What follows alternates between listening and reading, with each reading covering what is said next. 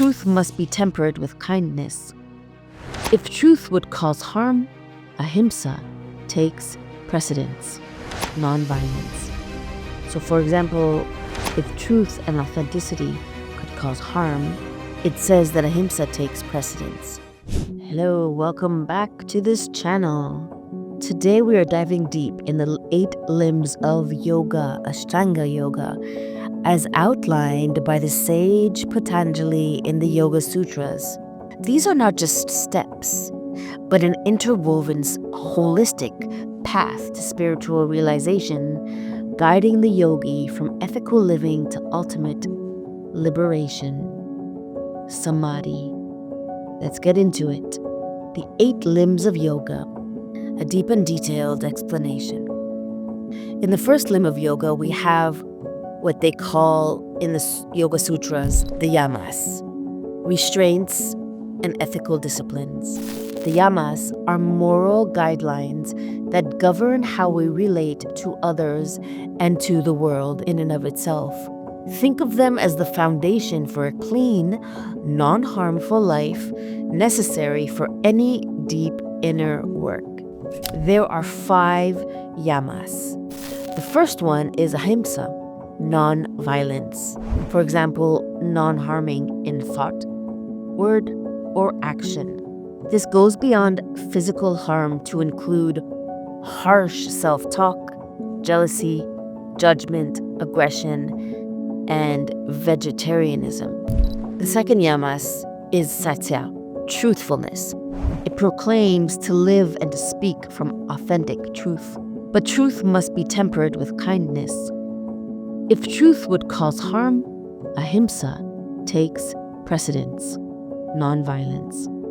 So for example, if truth and authenticity could cause harm, it says that AHIMSA takes precedence. The third Yamas is ASTEYA, non-stealing. Not just about theft of objects, but of time, energy, or ideas. It also means not hoarding or taking more than you need. Take as much as you need. For example, when eating, they say eat to live, not live to eat. The fourth Yamas is BRAMACHARYA, as in energy in moderation, traditionally celibacy, but more broadly, wise use of sexual and creative energy, channeling vital force into higher spiritual pursuits. So they say if you use your energy wisely, especially your sexual and creative energy, and you channel it, it can be a very powerful force in your earthly and your spiritual pursuits. Next, you have APARIGRAHA, non-possessiveness, letting go of attachment. It includes minimalism, generosity, and trust that you are supported by the universe, by God itself, even without clinging to anything. The purpose of the Yamas is to clean up karmic patterns and to purify how you interact with the outer world. Second limb of yoga is the Niyamas, personal observances and inner discipline. The Niyamas are the second limb, the habits of self-purification meant to cultivate inner peace, strength, and clarity. The 5 Niyamas are Shaucha, purity, cleanliness of body, mind, and environment, detoxing not just physically, but emotionally and mentally, keeping your space, thoughts, and digital world clear. Second Niyama is Santosha, contentment, radical acceptance of the present moment. No more waiting to be happy. Gratitude becomes a way of life. Third Niyamas is Tapas, meaning discipline and austerity, the inner fire of willpower and spiritual effort, embracing discomfort for growth, commitment to sadhana, spiritual practice. Next, you have SVADHYAYA, self-study and sacred study. Study of the spiritual texts and introspection, learning to observe your own mind and your divine nature. Ishwara Pranidhana, surrender to God or the universe. letting go of egoic control, trusting in the divine intelligence that guides your life. The purpose to this is to refine your inner landscape, creating alignment with higher consciousness. The third limb of yoga is the asana, which is the postures. In ancient yoga, asana wasn't about fitness, it was about mastering stillness, the postures that can help you sit in meditation. So asana literally means seat, the seat you take in meditation. Physical postures were developed to keep the body strong, open, and relaxed enough to sit in meditation without distraction. True asana practice goes beyond flexibility. It's about cultivating stability, presence, and ease.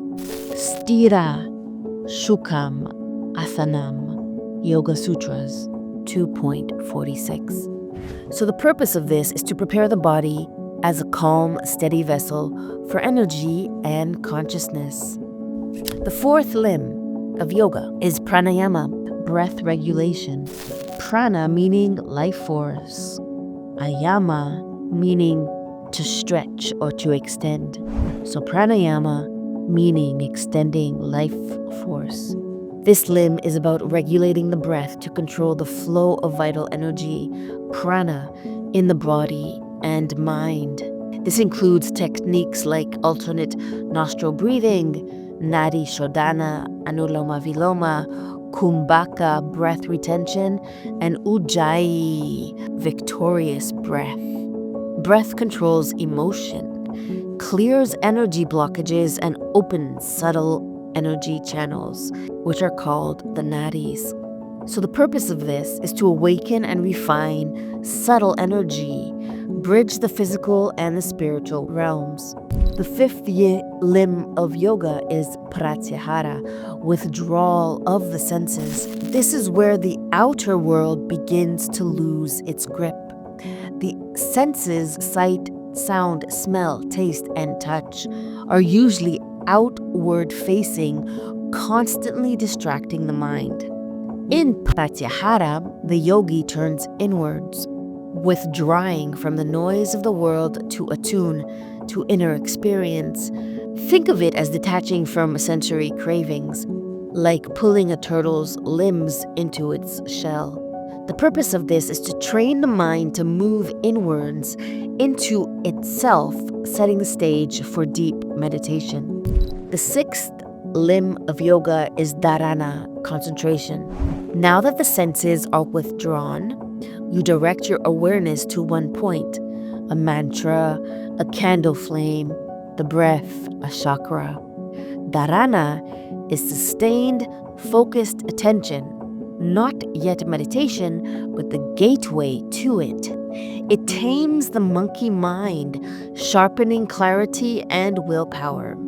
The purpose of this is to build mental strength, focus, and the capacity for stillness. 7. Dhyana, meditation, or Dharana. Dharana ripens into Dhyana, the quiet flow of meditative awareness. No more effortless focusing. The mind becomes a steady, tranquil stream. You're no longer meditating on something. You are immersed in the presence. You move beyond thought, beyond ego, and touch the divine field of unity. The purpose of this is to dissolve the illusion of separation and experience beingness directly. The 8th limb of yoga, according to Patanjali's Yoga Sutras, is Samadhi, absorption and enlightenment. This is the culmination of the yogic path. Samadhi is union with the infinite. There are levels from glimpses of unity, savikalpa samadhi, to total ego dissolution, nirvikalpa samadhi. The I dissolves into pure consciousness. Bliss, peace, clarity, and liberation arise. The purpose of this is liberation or moksha, total freedom from suffering and the cycle of death and rebirth. So in summary, the yogic path is a return to your true nature. Each limb is like a rung on a ladder. but they're also simultaneously woven together. Yama plus Niyama, purify your life. Asana plus Pranayama, prepare the body and energy system. Pratyahara and Dharana, turn the mind inward. And Dhyana plus Samadhi, awaken the soul. You don't need to perfect each one before the next. They unfold organically through daily presence, breath, and devotion. If this video resonated with you, please like, share, and subscribe, and hit the notification bell for any upcoming videos that I might upload. And you could also click on one of the videos in the upcoming end screen. There's also going to be a PDF guide attached below, so click on that to purchase it so you can get an extended version of this study. So I'm wishing you all the best on your yogic path. See you next time. Namaste.